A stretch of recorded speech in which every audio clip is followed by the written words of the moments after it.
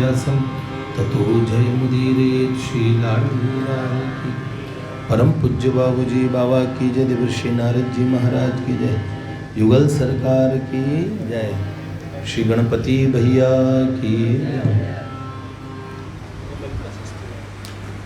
भगवती भैया ने पूछा, भव्य भैया ने पूछा कि गणेश जी का जब हम लाते हैं तो यथोचित जो उत्सव होना चाहिए वो हो ही नहीं पाता। एक दिन आते हैं, उस दिन उसके बाद जाते हैं, उस दिन खूब धूम धड़ाका होता है, जाते हैं भक्त लोग नृत्य करते हैं विसर्जन के समय। उन 5-6 दिन में कोई विशेष उत्सव नहीं हो पाता। मैंने कहा हर जगह उत्सव करा रहे हैं, उस समय भैया रेस्ट ढूंढते हैं, तो यहाँ ठाकुर जी की वार्ता सुनते हैं, 4 बार आरती उतरवाते हैं अपने ठाकुर जी के साथ और भोग पाते हैं आनंद से। तो हम लोगों के बीच में आराम करने आए हैं, उत्सव से बहुत उत्सव चल रहे हैं, थक गए हैं, तो यहाँ विश्राम करते हैं थोड़ी देर आके, ठीक है। तो एक स्वरूप यहाँ उनका विश्राम कर लेगा, कैसा बढ़िया रहेगा ना। इधर चकाचक बैठे हैं एकदम बढ़िया आनंद से, उधर से आशीर्वाद दे रहे हैं कि जो इधर आएगा उसको मैं आशीर्वाद दे रहा हूँ। इधर ये स्थान है, यहाँ कभी भगवती जगदम्बा विराजित होती हैं, कभी गणेश जी विराजित होते हैं, बहुत अच्छा है। आज विशेष उत्सव, क्योंकि उत्सवों की भरमार चल रही है। आज श्री दाऊ जी का प्रागट्य है। आज का दिन बलदेव षष्ठी बोला जाता है, बलदेव छठ। और श्री उद्धव जी की माता जी गई हैं क्या? अच्छा, वाटिका गई। अच्छा, मैंने सोचा वो दाऊ जी गई। तो बहुत लोग इस सुखद और सुंदर भ्रम में रह गए कि मैं वाटिका जा रहा हूँ, इसलिए 50 लोग कल निकल लिए, आज भी निकल लिए, लोग निकले ही जा रहे हैं, सोच रहे हैं मैं जब जाऊँगा जब वो आ रहे होंगे। 5 से 10 के बीच में मेरा विचार है। अब बेचारे बच्चे क्या करें, कोई ऐसे भी जिन्होंने फ्लाइट की टिकट बना ली, अब 1 भी रुपया नहीं मिलेगा वापस, तो भी फिर जाना पड़ेगा। सो बहुत अच्छा है। देखिए, आज तो एक दो दाऊ भैया का प्रागट्य है।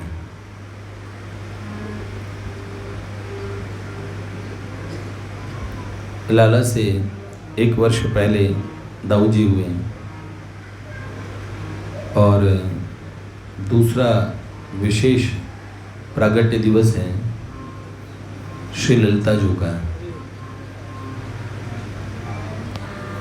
तो दाऊ दादा के चरणों में शत शत वंदन करते हैं। बहुत अद्भुत गाथा है श्री बलराम जी के प्रागट्य की। आज तो भव्य भैया से प्रवचन कराना चाहिए था। इन्होंने अभी इस्कॉन में श्री बलराम जी के प्रागट्य की और बड़ी सुंदर लीलाएं सुनाई। सब लोग पूछने लगे, भैया ने सूक्ष्म रहस्य भी बता दिए, तो आज भैया की कथा करानी चाहिए थी। भैया मेरे साथ चले गए थे डॉक्टर के यहाँ, तो इसलिए भैया थके हारे होंगे।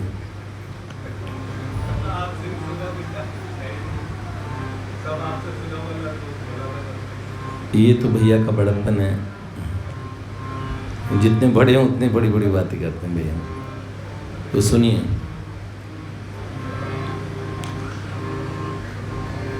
सूक्ष्म में, एकदम सूक्ष्म में कहता हूँ। यदुवंश के महान वृष्णिवंश में महाराज देवमीढ़ हुए। देवमीढ़ के 2 पुत्र थे, एक महाराज शूरसेन, एक बर्जन्य नामक गोप।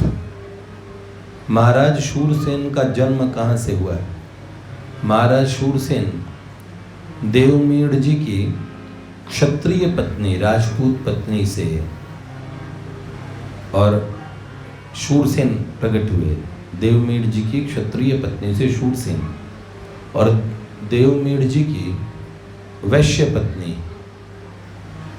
उससे पर्जन्य नामक गोप हुए। ये शूरसेन कौन थे? वसुदेव जी के पिता और श्री कृष्ण के दादा। और ये पर्जन्य कौन थे? नंद बाबा के पिता और कन्हैया के दादा। मैंने आपको उस दिन भी कहा था कन्हैया कन्हैया दो, एक वसुदेव जी के घर में, एक नंदालय में, नंद ग्रह में जो हुए। तो 1 वर्ष पहले हमारे गोकुल में उत्सव हो गया था जब दाऊ आए थे। कंस ने, भोजवंशी थे कंस, कन्हैया के मामा का परिवार भोजवंशी कहा जाता है यादवों में। तो भोजवंशी कंस ने महान आतंक मचाया। महाराज वसुदेव जी जेल में, और उनके कितने पुत्रों का वध कर चुका था कंस दाऊ के आने से पहले? 6 पुत्र, और 7वां पुत्र भगवती योग माया ने संकर्षण कर दिया उनकी पत्नी रोहिणी जी के गर्भ में। तो चारों तरफ बात हो गई कि गर्भ गिर गया। कंस हंसा कि मेरे भय से जो देवीय सत्ता आने वाली है वो पहले ही उसका पतन हो गया, पहले ही नाश हो गया। लेकिन योग माया ने उस गर्भ का और उसको स्थानांतरित कर दिया भगवती रोहिणी जी में। रोहिणी वसुदेव जी की कई पत्नियां थी, सब अधिकतर भयभीत हो गई थी। कई पीहर चली गई, कई जंगलों में, दूसरे राज्यों में शरण लेने के लिए चली गई। वसुदेव जी की पत्नी देवकी जी वो जेल में उनके साथ थी। उस समय पूरे वसुदेव जी के परिवार और इन वृष्णिवंशी राजपूतों को एक किया था जिन्होंने, वो रोहिणी मैया थी जिन्होंने मथुरा छोड़ी ही नहीं कंस के डर से भी। ये बहुत बहादुर थी, बहुत ब्रेव थी, और बहुत सुंदर घुड़सवारी करना सब योग्यता इनमें थी। अचानक वृष्णिवंशियों ने एक मीटिंग की, उसमें कहा देवी आप और हो सके तो ये जो बालक गर्भ में है वसुदेव जी के पुत्र हैं, तो इसको कहीं खतरा ना हो जाए, इसलिए आप ये स्थान छोड़ दीजिए। अब हमें भविष्य का अपना उत्तराधिकारी चाहिए। तो सब ने मीटिंग की, सब थे, अक्रूर जी थे, सब लोगों ने बड़ा समझाया, वसुदेव जी के सब विश्वास पात्रों ने, पर सब ने कहा कंस के गुप्तचर चारों तरफ लगे हैं, इसलिए आप निकलेंगे कैसे? और आप इस समय और अंतर्वतनी हैं, और इसका समाचार अगर मिल गया कंस को तो आप पे भी खतरा है। अब कोई तो बालक वसुदेव जी का बचा रहे। तो रोहिणी मैया ने कहा ठीक है, मैंने उपाय सोच लिया। तो बोले देवी कहाँ जाएंगी, कंस से सब डरते हैं। तो उन्होंने कहा हम इनके सौतेले भाई हो गए, पर्जन्य जी के और शूरसेन जी भाई भाई, अब दादा दादाओं के भाई भाई में से हो गए ना। तो हम गोकुल जाएंगे, गोपों के साम्राज्य, और वो ग्वाले, वो गोप बड़े बहादुर हैं बाबा नंद के यहाँ। तो कहा नंद जी के यहाँ हम जाएंगे, वहीं शरण लेंगे।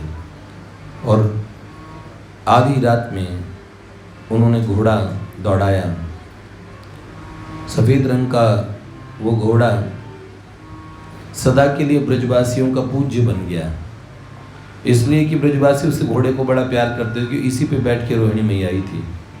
तो पुरुष का वेश धारण करके, सर पे पगड़ी बांध के, और उस श्वेत घोड़े को दौड़ाते हुए कोई घुड़सवार जा रहा था। उसके खड़ग थी और मुंह पे नकाब था, पुरुषों की वेशभूषा पहनी हुई थी, और जिस तरह वो घोड़ा दौड़ाता था लगा कि कोई बहुत बड़ा योद्धा है। सब समझ गए कि ये कोई आर्मी का फौजी है, पर वो थी बलराम जी की माता। और गोकुल वालों ने देखा ये कोई शहरी सैनिक कंस का ये सीधा गोकुल में चला आ रहा है, और बाबा नंदजू के 84 खम्भों के उस सुंदर हवेली जो थी उसमें बाहर चौक में घोड़े को रोका, और जैसे ही घोड़े को रोका उससे उतरते ही और दौड़ के वो घुड़सवार आया। कन्हैया के सबसे छोटे चाचा नंदन, दूसरे चाचा सन्नंद जी, बाबा नंद और उनके बड़े भाई अभिनंद जी और सबसे बड़े उपनंद जी, ये पांचों भैया उस समय वहाँ मौजूद थे। देखा, उन्हें लगा कि यशोदा के कोई लगता है पियर से कोई आया है, क्योंकि ऐसे सीधा घुसने की हिम्मत कौन करेगा। तो आते ही यशोदा रानी को देखा और सीधे वो घुड़सवार यशोदा जी के गले लग गया। सबको बड़ा बुरा लगा, ऐसा कौन, या तो कोई भाई होगा या अनजान, ऐसा कोई साहस तो नहीं कर सकता। इतने में देखा उन्होंने अपनी पगड़ी हटाई, मुंह से नकाब हटाया तो बड़े बड़े केश खुले, और देखा यशोदा रानी देख के पहचान गई। कहा जी आप? तो उन्होंने कहा ब्रजरानी ब्रजेश्वरी, मैं तुम्हारी शरण में हूँ। तो यशोदा कृष्ण की माँ हैं, कितने विनम्र हैं।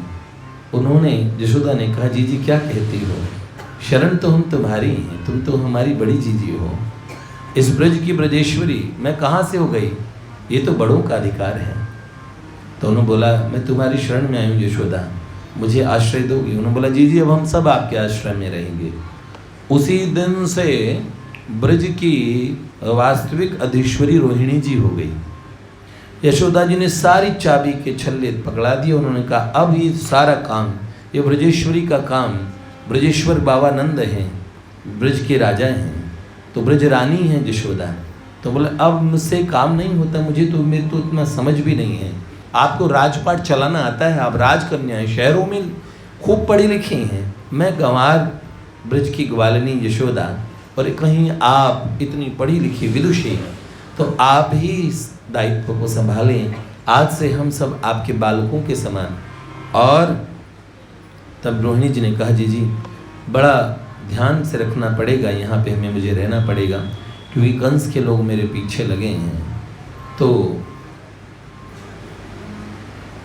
सबसे छोटे चाचा कन्हैया के नंदन, उन्होंने भीषण खड़ग निकालते हुए कहा कि जब तक गोकुल के ग्वालों में दम है, ऐसा भोजवंशियों में हिम्मत नहीं है कि आंख उठा के भी हम ब्रजवासियों की तरफ देखें। और उसी समय बूढ़े उपनंद जी ने कहा मैं आयु की और सीमा को लांघ चुका हूँ, 90 से भी ऊपर का हूँ, लेकिन अगर कंस खुद भी आ गया भोजपति तो मैं सीना ठोक के उससे सबसे पहले लड़ूंगा। तो उन्होंने बोला बेटी तू चिंता न कर, ब्रज में तू सुरक्षित है और तेरी संतति तेरी संतान किसी को भी कोई खतरा नहीं होगा। इस ब्रज में तुझे वो आदर मिलेगा, वो प्यार मिलेगा। तो जो ब्रज में ये भगवती रोहिणी जी आई थी अंतर्वतनी अवस्था में, बड़ी सुंदर अनुभूतियाँ। एक रात्रि में उन्होंने देखा 1000 पणों का भीषण सर्प, ऐसा भीषण नाग जिसे लगा त्रिलोकी को व्याप्त कर रखा है। और एक देवी हाथ जोड़ के खड़ी है, कहती है मैया क्षमा करना मुझे, तुम भगवान शेष की माता हो, मैंने तुम्हारी आज्ञा के बिना ये गर्भ तुम्हारे भीतर में स्थानांतरित कर दिया। मैं महामाया योग माया हूँ और तुम मेरी माँ हो। और उसी समय माँ देखती बड़े बड़े देवता प्रकट हो जाते, माँ को लगता मैं फूल सी हल्की हो गई हूँ। अचानक कोई ऋषि प्रकट होते, प्रणाम करने लगते हैं और मन सुखा मधुमंगल रो जाता और भगवती रोहिणी जी के पेट को छू कहता है इसमें मेरा दादा है, फिर मेरा यार आएगा, पहले मेरे दादा आएंगे फिर मेरा सखा आएगा। और इस तरीके से वो शुभ तिथि आई। वो शुभ तिथि कल्प अनुसार अलग अलग समय में दाऊद जी का प्रागट्य होता है, भेद होता है। श्रावण मास की पूर्णिमा जिसको रक्षाबंधन मनाते हैं, गौड़ीय विद्वान उस समय का दाऊद जी का प्रागट्य मनाते हैं। और जो बलदेव जी का मूल स्थान है वहाँ ये बलदेव षष्ठी भादव की ये शुक्ल पक्ष की षष्ठी, भादव की शुक्ल पक्ष की आज की छठ, जिसको बलदेव छठ कहते हैं, उस दिन हमारे दाऊद और देवताओं ने दुंदुभी बजाई। प्रसूति गृह में बूढ़ी मुखरा धाय माँ वो थी, और नंदालय में पहले से ही एडवांस में ही, क्योंकि मधुमंगल घूम घूम के बोल के आ चुका था, देखो लाला ही होगा, लाला ही हमारा सब सखाओं का दादा, फिर हमारे सखा पे सखाएंगे, फिर हमारा यार आएगा। तो ऐसे भविष्यवाणी वो ब्राह्मण का बालक करता था।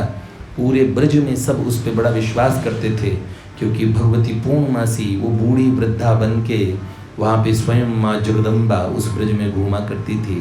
उन्हीं जगदम्बा का वो बेटा, ये दोनों मधुमंगल सब उसे गणेश गणपति के समान आदर करते थे। और मधुमंगल जी का ये दूसरा स्वरूप गणेश जी का ही स्वरूप है। मधुमंगल जी का एक स्वरूप देवर्षि नारद जी का है कि वो मन से प्रगटे हैं, एक स्वरूप गणेश जी का स्वरूप है, क्योंकि माँ जगदम्बा के पुत्र हैं ना, तो माँ के साथ आए हैं। मोदक मधुमंगल जी को लड्डू मोदक बहुत प्रिय है और मिष्ठान प्रिय है। सभी में छोटी सी बच्ची को भी माँ कह देते हैं, वो बड़े पवित्र भावों के बहुत। और मधुमंगल जहाँ आ जाए वहाँ हंसी आई जाती है। हंसी, हमने ब्रज हास्य चरित्र में मधुमंगल का चरित्र लिखा है, उसमें कहा कि जो वृक्षों को भी हंसा देता है, पेड़ पंछी सब हंसने लगते हैं। जो जीव हंसने का सामर्थ्य नहीं, अगर मधुमंगल सामने खड़े हो जाए तो उन्हें भी हंसी आ जाएगी। उन्हें मजाक करना नहीं, उनका चेहरा, उनकी बनावट, उनका से वो बड़े खूबसूरत, बड़े सुंदर हैं, पर हंसी का फवारा छूटता है भीतर से। स्वयं वो हंसी से युक्त रहते हैं, बड़े आनंदित रहते हैं। ऐसे मधुमंगल ने भविष्यवाणी की। और उस दिन मंद मंद शहनाइयाँ बजने लगी बाबानंद की हवेली के बाहर। और भाद्रपद की उस षष्ठी में मुखराधाय बड़ी सावधानी से रोहिणी मैया के पास थी। और मैया को पहले सब देव जगत के दर्शन हुए, बड़े बड़े देवता स्तुति करके गए। और अचानक माँ को पता ही नहीं लगा कि शयन अवस्था में माँ के पास में एक छोटा सा बालक। बताओ, ओह भैया, जैसे ही पता लगा बालक है, तुमुल ध्वनि के साथ में, जैसे ये थाल बजता है ना, लाला भयो लाला भयो लाला भयो भैया, रोहिणी मैया के लाला भयो। आप जानते हो दाऊ के आते ही फिर बड़ी जो ताई जी हैं, प्रभावती, पीवरी, इन सब के संतानें होने लगी एक करके। इन नंद जी के ये पांचों भाई, इनके किसी भी कभी कोई संतान नहीं थी। जब भगवती पौर्णमासी काशी से मधुमंगल को हाथ लेके आई, हाथ में हाथ पकड़ के, तब माँ के मुंह से निकल गया आपके लाला होंगे। दो दो लाला का आशीर्वाद दिया कई को। तो अब इन बूढ़ियों के बच्चे कैसे होंगे? सब कह रहे हैं निवृत्त पुष्पा हैं हम, तो हमारे तो कोई संतान नहीं हो सकती। लेकिन फिर भी मधुमंगल ने कहा, माँ तू तेरे मुंह से निकला है ना, तो संतान क्या, तूने एक एक लाला होने का वरदान दिया, जा मैं सबको एक एक लाला और दिखा दूँ। तुम कह रहे डरो नहीं रानी ब्रज रानी, तुम्हारे एक नहीं दो दो लाला होंगे। ऐसे भगवती और प्रभावती को बोल के आए। कन्हैया की सबसे बड़ी ताई है प्रभावती, दूसरी ताई जी का नाम पीवरी, फिर जशोदा रानी, फिर उसके बाद में भगवती कुबला जो हैं सनंद जी की पत्नी, और नंदन जी की पत्नी भगवती अतुल्या, स्तोक कृष्ण की मैया।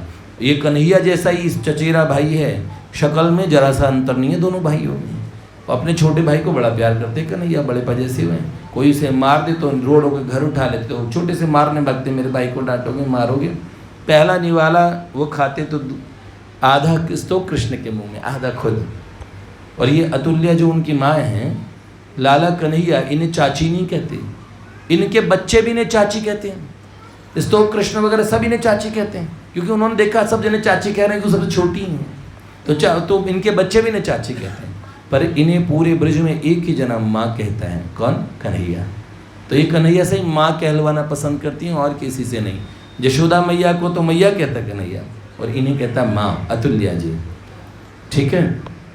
तो ऐसे पूरे ब्रज में और थाल बज गए और भैया फिर तो ज़बरदस्त बधाई हुई।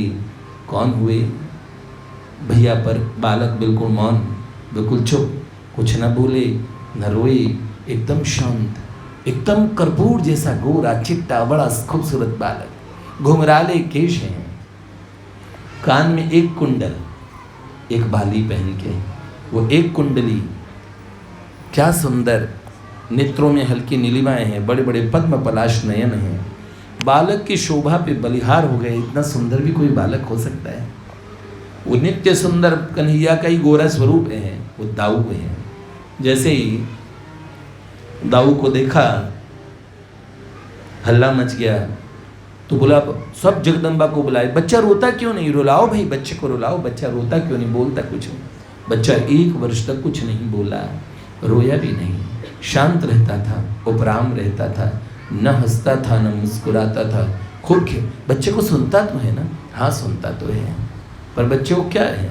तब मधुमंगल बोल के आया, अरे मेरा सखा आएगा तब ये खेलेगा बोलेगा, कोई चिंता की बात नहीं है। देखो ये हमारा दादा है, हम सब सखाओं का दादा पहले आया है। जैसे बोलने वाला तो दाऊ ने हाथ पालने से ऊपर कर दिया, ज़्यादा नहीं बताना, थोड़ा ही बताना।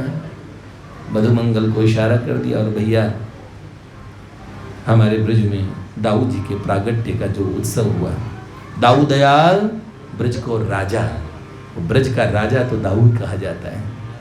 ठीक है। और भाई साहब लोग ब्रज के बाहर दाऊ जी से सब घबराते हैं, बड़े बड़े ऋषि मुनि भी भाई साहब, पर जो कन्हैया के जो साथी है ना ब्रज में, दाऊ के साथ खूब घूसम पट्टी करते हैं, खूब खेलते हैं। दाऊ सबके प्यारे, और कन्हैया की बेईमानियों से बचाने वाले दाऊ।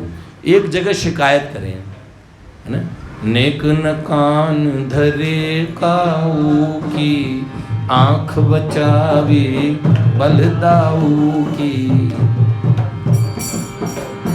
अंगली पट मोते हा खाए, मोते हा खाए, होरी खेली न जाए, होरी खेली, होरी खेली न जाए, होरी खेली न जाए। तो नंद जी के घर में लाला माँ जो रोहिणी जी ने मना किया कि उत्सव छोटा किया जाए, नहीं करते कि कंस को पता न लग जाए, फिर भी ब्रजवासी तो झूम झूम के नाचे दाऊ के प्रागट्य पे। पर दाऊ का असली उत्सव मना कन्हैया के आने पे। तो बलदेव छठ है, दाऊ जी के प्रागट्य दिवस पे मैंने थोड़ा संकेत में आपको सुनाया, बोलो शॉर्ट में सुना दिया ना, दाऊ आ गए ना, ठीक है। ललिता जी को भी आना है। अब देखो आज जिनका ब्रज के राजा हुए हैं, तो उस जिनमें क्या आचार्य ललिता सखी, रसिक हमारी छाप, नित्य किशोर उपासना, श्री युगल मंत्र को जाप, युगल मंत्र को जाप, वेद रसिकन की बानी, श्री वृंदावन इष्ट श्री श्यामा महारानी।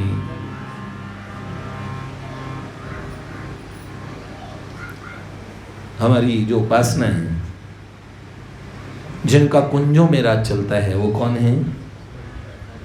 ललिता जी, भगवती त्रिपुर सुंदरी ललिता। वो क्या बन के आई? लाला की सखी बन के ऊंचे गांव में प्रकट भई। किनके यहाँ? माँ शारदा घर कन्या जाई। इनकी मैया का नाम क्या है? शारदा। ये शारदा कौन है? ये कीर्ति मैया की बहन है, राधा रानी की मौसी है। कौन है? मौसी। तो मौसी की लड़की है शारदा मैया, ठीक है, विशोक जी की पत्नी। बड़ा सुंदर ललिता जी का तो हम क्या बताएं। मेरे हृदय से सबसे निकट मुझे जो अपने लगती हैं, क्योंकि माँ जगदम्बा होने से मुझे पौर्णमासी ब्रज में और कुंजों में ललिता जी, इनसे बड़ा लगाव है। ललिता जी से तो इतना है जितना राधा रानी से है। पद्म पुराण में श्री कृष्ण कहते हैं, या दुर्गा स एव ललिता स एव राधिका एतानाम अंतरम नास्ति सत्यम सत्यम ही नारद। कुंजों में हम तुम्हें क्या बताएं, जो कुंज प्रकृति है, बड़े बड़े देवता उसका दर्शन करना चाहते कि वो किस तरह की प्रकृति है। वो दिव्य चिन्मय प्रकृति वो अलग है। वहाँ सूर्य भी सहचरी है, चंदा भी सहचरी है। यहाँ तक कि हम आपको बताएं कि ठाकुर जी जिस पे शयन करते हैं वो सेज भी सहचरियाँ बनती है।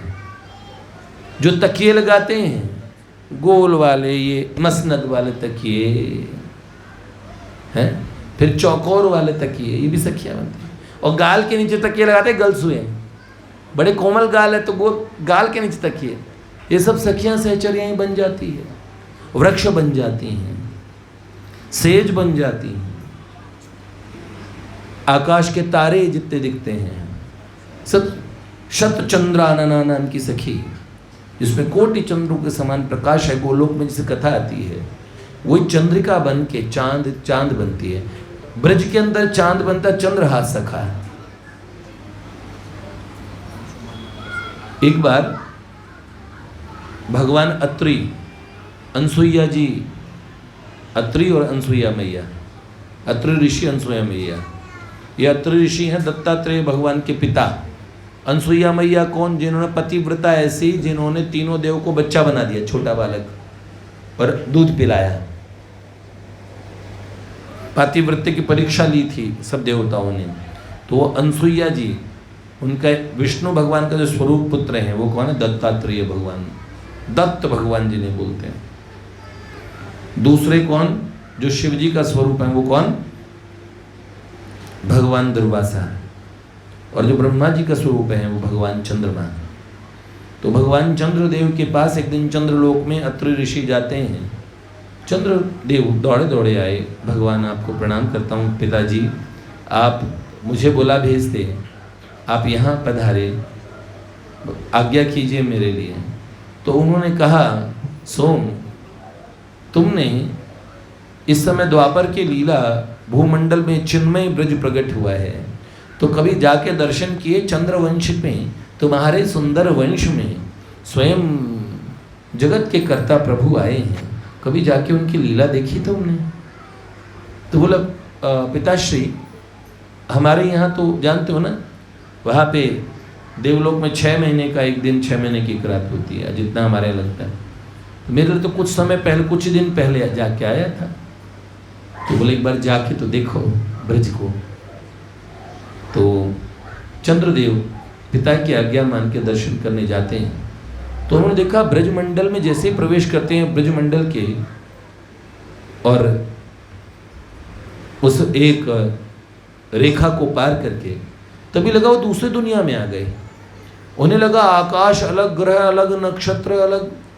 उन्होंने कहा मेरा प्रकाश तो चंद्रमंडल का, मेरा मैं चंद्रमा हूँ, मैं सारी धरती पे दिख रहा हूँ, पर इस ब्रज में कौन सा प्रकाश आ रहा है जिसमें मैं प्रवेश नहीं कर पा रहा। उन्हें दिखा एक दूसरा चंदा, दूसरा प्रकाश। उस चंद्र प्रकाश में उन्होंने देखा ये कौन सा चंद्रमा है जो मुझसे कोटि कोटि गुना ज़्यादा शीतल, आनंद देने वाला और सुंदर है, ये चंदा कौन सा है? तभी उस चंद्रमा में से एक सुंदर स्वरूप, सुंदर मुखड़ा दिखता है और कहता है, प्रणाम करता हूँ मामा जी। तो चंद्रदेव ने पूछा, आप कौन? तो उन्होंने बोला, मैं श्री कृष्ण का सखा चंद्रहास हूँ। इस ब्रज में तो मैं उनका सखा, चंदा भी उनका सखा है। तो कुंजों में ललिता जी कितनी चलती है बता रहा हूँ मैं आपको। तो कुंजों में सब सखियाँ बनी हुई है, चंदा, चंद्रिका नाम की सखी है, ठीक है। तो जैसे ललिता जी सुबह सुबह भोर होती है तो सब सखियाँ दौड़ी चली जाती हैं, प्रिया प्रियतम को उठने का समय हो रहा है।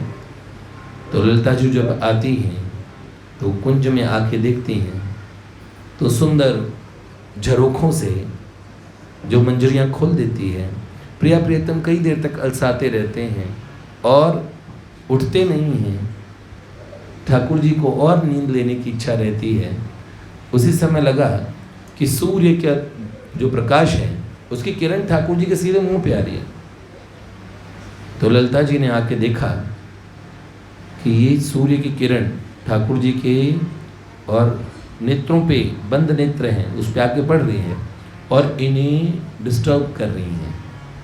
तो ललिता जी ने बंक भ्रकुटी करके सूर्य की तरफ देखा तो सूर्य के भीतर बैठी जो वहाँ की सखी सहचरी है उसने तुरंत कान पकड़ ली, जी मैं इसकी एक किरण कम कर देती हूँ। तत्काल किरण खींच के अपने तरफ कर दी। जानते हो जैसे ब्रज में अंशुमान नाम के सखा सूर्य हैं तो लीला में वहाँ जब जरूरत पड़ती है ना अचानक बादल छा जाते हैं। आप जानेंगे नहीं जेठ के महीने में कब वहाँ पे स्नोफॉल होने लगे, मतलब कुंजों में अगर बर्फ का मजा लेना है तो बर्फ का। लखो रे मन वृंदाव पिपिन बहार, जहाँ बसंत ऋतु बास करत नित भ्रमर करत गुंजा, जहाँ बेलसत नित कुंद के वड़ा कर्णिकार कचना, लखो रे मन वृंदावे पे नवा, लखो रे मन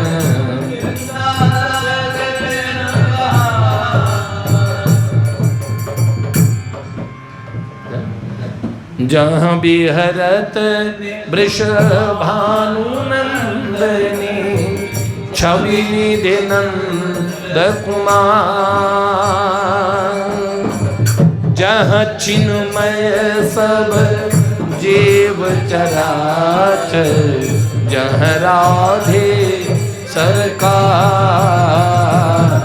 लखो रे मन वृंदावे पे नवा, लखो रे मन वृंदावे पे नवा। हमने आपको एक रचना सुनाई थी, सखी कुंवरी किशोरी के द्वार चलो।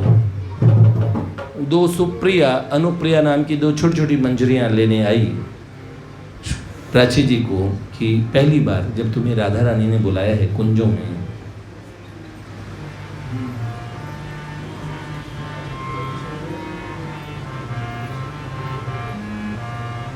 सखी कुंवरी किशोरी के द्वार चलो, वृषभानु किशोरी के द्वार चलो, करुणामयी राधे पुकार रही, तुम दौड़ के नेत्र बिहार,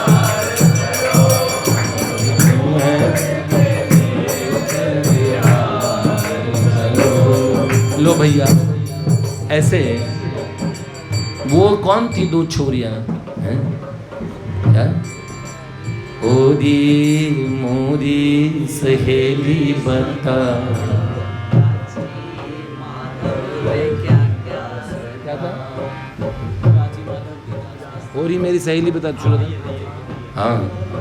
सुन के कट जाएगा रास्ता, प्राची माधव की दास्तां, क्या? सुनो सहेली अनुप्रिया, प्राची ने माधव संग क्या किया, सुनो सहेली अनुप्रिया, प्राची ने माधव क्या किया, बतला देंगे हर लता पता, प्राची माधव की दास्तां। ये अनुप्रिया और सुप्रिया कौन थे? जब पूरा इन्होंने सबका परिचय कराया कि ये सहेली है, ये सब सखी, सब लताएं पताएं सब सखियों के रूप में थी, तभी उन्होंने कहा अरे तुमने अपना परिचय नहीं दिया, तुम कौन? तो जानते हो छोटी सी सखी मुस्कुराते हुए बोली मैं अनुप्रिया, दूसरी वाली बोली मैं सुप्रिया, और ऐसे कह के आकाश में उड़ी। कौन थी वो बताओ? बुलबुल, श्री जी की बुलबुल। अब बताओ बुलबुल भी वहाँ की ऐसी पशु योनि नहीं है कि अब पशु में पशु पड़े रहो, बीट करते रहो, परेशान होते रहो। अरे नहीं, गधे हो तो डंडे खाते हो, नहीं, जोश जोश में गधे ही बन गए, खुशी लीला लीला में कुछ ही बन जाओ।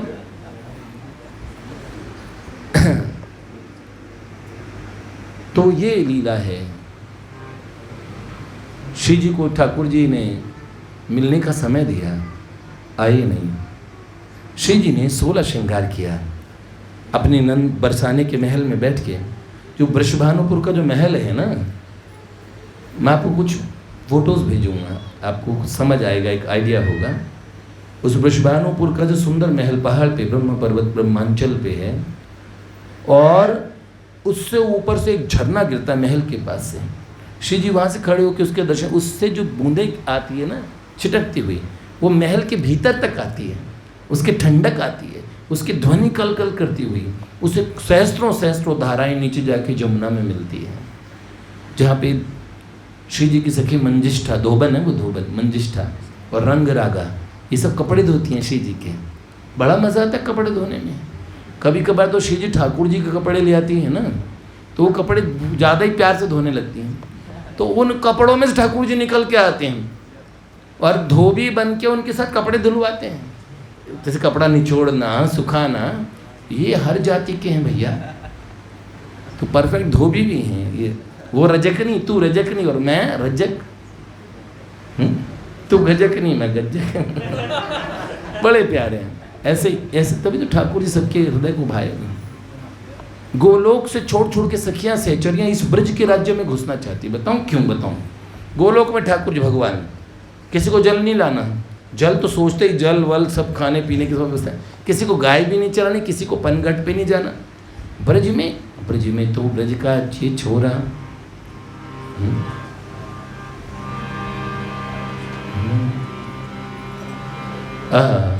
इन्होंने दूसरा बना दिया। चलिए समय बहुत हो गया। श्रृंगार किया, इतनी सुंदर सजी आज श्री जी कि चलो मिलने चलेंगे। मैं एक बहुत अच्छी सखी को जानता हूँ, मतलब हमारी सखी बहुत अच्छी, बहुत उच्च कोटि की अवस्था में है। वो श्री जी को छोड़ने गई एक बार आधी रात्रि में। तो बरसाने के महल में ड्यूटी लगती बारी बारी से कि बाबा और मैया को पता न लगे कि समय कुंज में महल में नहीं है। अच्छा, दोनों की सगाई हुई है ना, तब से दोनों उड़े उड़े फिरते हैं। ठाकुर जी भी सबको अंगूठी दिखाते हुए घूमते हैं, बात बात पे, मतलब मौका पड़े तो दिखाते हैं। राधा ने खाया ना नाम पे, उस पे तो बड़े घर में कन्हैया का रिश्ता हो गया। ब्रज रानी जशोदा भी खुश है। अब क्या भैया, शादी से पहले कोई ना मिलते हैं, तो शादी के बाद ही मिलना चाहिए, तो छुप छुप के मिलते हैं। ये ब्रज है ना। तेरी आज काल सब लोक लाज छोड़ दो, सीखे हैं सभी विधि स्नेह सरसाएबो, कहे रस खान दिन दो में बात फैल जाए, कहाँ लो सयानी चंदा हाथन छुपाए वो। अरे सयानी, चंदा को कब तक हाथ से छुपाओगी? बात फैलेगी जरूर, मुझे तो पता है। वो कह रही है, चुगली कैसे करती है ब्रज की लुगाइयाँ, कहते हैं आज हो निहार्यो वीर निपट कालिंदी तीर, दोन के दोन से मुख मुस्काए वो। आज हरी वीर मैंने खुद देखा, दोनों जने मुस्कुरा रहे थे, और दो ऊपर पैया दो लेत है बलैया, इन्हें भूल गई गैया इन्हें कागज उठाए। इन्हें तो गैया भूल गई। रसखान बाबा कह रहे अरे मैंने देखा है, इन्हें तो गैया भूल गई, तो गैया को भूल गए और ये अपनी गगरी उठाने भूल गए। इन्हें भूल गई गैया। हमारी लाडली के महल में हजारों हजारों सेविकाएं हैं जो जल ला सकती हैं, कोई दही दूध बेचना नहीं पड़ता। पर ये जिद्दी इतनी अपने बाबा से कहती हैं मैं भी सखियों के साथ जाऊंगी। क्यों? इनकी माँ जी कहती है अरे तेरा बड़े बाप की बेटी है, तेरा नाम घट जाएगा, हमारे सबकी नाक कटवाएगी, तू पानी भरने जाएगी, तू पनघट पे जाएगी, मैं क्यों नहीं जा सकती? क्यों मैं छोरी हूँ, मैं घर से बाहर नहीं निकल सकती? ऐसे बोलती है। फिर रूठ जाती हैं श्री जी, रूठ जाती हैं, तो फिर तो पूरे हड़कंप मच जाता है कि हमारी लाडो रूठ गई। तो मना के फिर से बोला अच्छा तू जा। बाबा कहते मेरी बेटी है, घूमेगी फिरेगी खेलेगी कूदेगी, तभी तो आ गई, अरे पूरा जीवन पड़ा फिर ससुराल में रहेगी, घूमने देना। तो बोल बाबा मटकी ला के दो। तो भैया इनकी मैया इन्हें सोने की मटकी ला के देती है, उसमें रत्न जड़े रहते हैं कि कम से कम इसमें ही इज्जत बच जाए हमारी। पर ये तो ऐसी सखियों के साथ खेलना कूदना पसंद, दही बेचनियों वाले में लग जाएगी और घूंघटा निकाल लेगी पूरा, और दही ले लो, दूध ले लो, और सब शरारतें करने इन्हें चाहिए। आप क्या समझते हो, ठाकुर जी की शरारतें प्रसिद्ध हैं, तो श्री जी बहुत शरारती हैं, बहुत सीधी भी हैं, बहुत भोली भी हैं, और बहुत उद्यमी भी हैं। उनकी शरारतें हम आपको बाद में सुनाएंगे ब्रज हास्य चरितम में। तो श्री जी ने श्रृंगार किया, आधी रात्रि तक कन्हैया नहीं आए, बड़ी दुखी हो गई। क्यों नहीं आए? शीशे के सामने जब पूरी सज धज गई और सब सखियों ने सजाया, सजने के बाद में अपने कक्ष में गई, जरा अपने आप को देखो मैं लग कैसे रही हूँ। शीशे के सामने जब पूरी तैयार होके गई तो नख शिक सुंदर, इतना सुंदर स्वरूप देखा तो फिर लगी रोने। इतना रोई, रोते रोते मूर्छित हो गई। ये कौन इतनी सुंदर छोरी है इसमें, ये तो मुझसे, ये तो कितनी सुंदर है। अब अगर वो आ गए तो ये तो इसको ही पकड़ लेंगे, ये तो फिर यही बहू बनने लायक है, मैं तो किसी भी दिन की नहीं इसके सामने। कितनी खूबसूरत है, कितनी सुंदर है, शादी तो इनसे, इससे ही होगी, यही इतनी सुंदर है। फिर उन्होंने बोला होनी भी चाहिए, इससे ही होनी चाहिए। और फिर रोने लगी अपने स्वरूप को देख देख के। आधी रात्रि में ठाकुर जी को पता लग गया, बड़ी बेचैन है श्री जी, तो महल में चुपचाप खम्भों से चढ़ते हुए आ गए। और महल में आए तो श्री जी को देखा, रो रो के बुरा हाल है। तो उन्होंने देखा, श्री जी को बार बार झिझोड़ के पूछा, क्या हुआ किशोरी जी, क्या बात है, आप रोती क्यों हैं, क्या कष्ट है आपको? जब ठाकुर जी की आवाज़ सुनी तो फिर और रुलाई आ गई, फिर तो बहुत ही बहुत रोई। तो उसे देखती हैं तो ठाकुर जी समझ गए, ओहो ये जो शीशे में है इसे देख के रो रही हैं और सोच रही हैं सिर्फ। तो ठाकुर जी ने कहा, सुनो एक बार देखो तो, देखो देखो देखो। ठाकुर जी ने ऐसे किया और शीशे में हाथ पकड़ा, तो शीशे में जो श्री जी का स्वरूप था हाथ पकड़ के बाहर निकाल लिया। अब शीशे में कुछ दिखे ना, वो सामने खड़ी हो गई श्री जी जैसा एक दूसरा स्वरूप, और श्री जी के चरण पकड़े और कहा, किशोरी जी मैं आपकी नित्य सखी, आपके श्री चरणों की सेविका, आपकी सखी, आपकी सहेली, आपकी समस्त लीलाओं को आगे बढ़ाने वाली, आपकी प्यारी, आपके लालित्य से ही बनी ललिता। आप राधा तो मैं अनुराधा, तो ये ललिता जो बनी अनुराधा, तो ये श्री जी का ही दूसरा स्वरूप है। और ये वामा प्रखरा है। वामा प्रखरा मतलब भ्रकुटी जरा से चढ़ा देती है ना, सब सख्या जी जी बस अभी आपकी बात मानते हैं, ऐसा। इनके आगे कन्हैया भी ठाकुर जी को भी कान पकड़ने पड़ जाते हैं, और ये किससे डरती नहीं, खासकर मधुमंगल जी से तो इनका भीषण युद्ध चलता ही रहता है। बहुत बहसबाजी होती है, तगड़ी वाली जिसे कहते हैं ना, और कहाँ तक पहुँच जाते हैं एक दूसरे खानदान तक। तो ये ऊंचे गांव की ललिता जी का आज प्रागट्य है, ललिता श्रेष्ठी और दाऊ जी की प्रागट्य। देखो हमने उत्सव करके नहीं मनाया, पर हमने आपको वार्ता कह के मना दिया। जहाँ वार्ता होती है वहाँ प्रभु होते हैं, उतनी देर तक हम प्रभु की उस लीला में होते हैं। आपको उत्सव अच्छा लगा है? बधाई माए आज बधाई